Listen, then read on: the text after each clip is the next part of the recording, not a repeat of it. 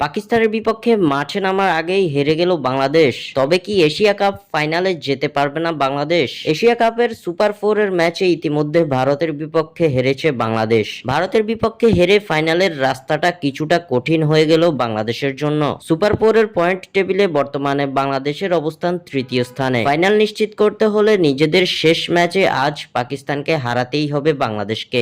বলা চলে আজ বাংলাদেশ বনাম পাকিস্তানের মধ্যকার সুপার 4 এর ম্যাচটিকে ধরা হচ্ছে অলিখিত সেমিফাইনাল হিসেবে।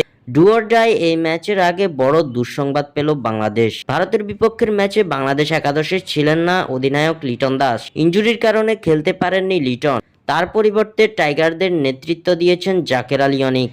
ড্রেসিং রুমে বসে মলিন চেহারা নিয়ে ভারতের বিপক্ষে বাংলাদেশের হার দেখতে হয়েছে লিটনকে। আশা করা হয়েছিল পাকিস্তানের বিপক্ষের ম্যাচ দিয়ে মাঠে ফিরবেন লিটন দাস, তবে সেই আশায় এবার পড়েছে গুড়ে বালি। জানা গেছে এখনো পুরোপুরি সুস্থ হয়ে উঠতে পারেননি এই উইকেটরক্ষক ব্যাটার, যার কারণে পাকিস্তানের বিপক্ষের ডু অর ডাই ম্যাচেও লিটনকে পাচ্ছে না বাংলাদেশ। তবে লিটনের জন্য ম্যাচ শুরু হওয়ার আগ পর্যন্ত অপেক্ষা করবে টিম টাইগার। লিটনের না থাকার কারণে পাকিস্তানের বিপক্ষে বাংলাদেশকে দেখতে হবে হারের মুখ, এমনটাই ধরে নিয়েছেন অনেকে। স্বাক্ষর থেকে সাদবিন ইসলাম।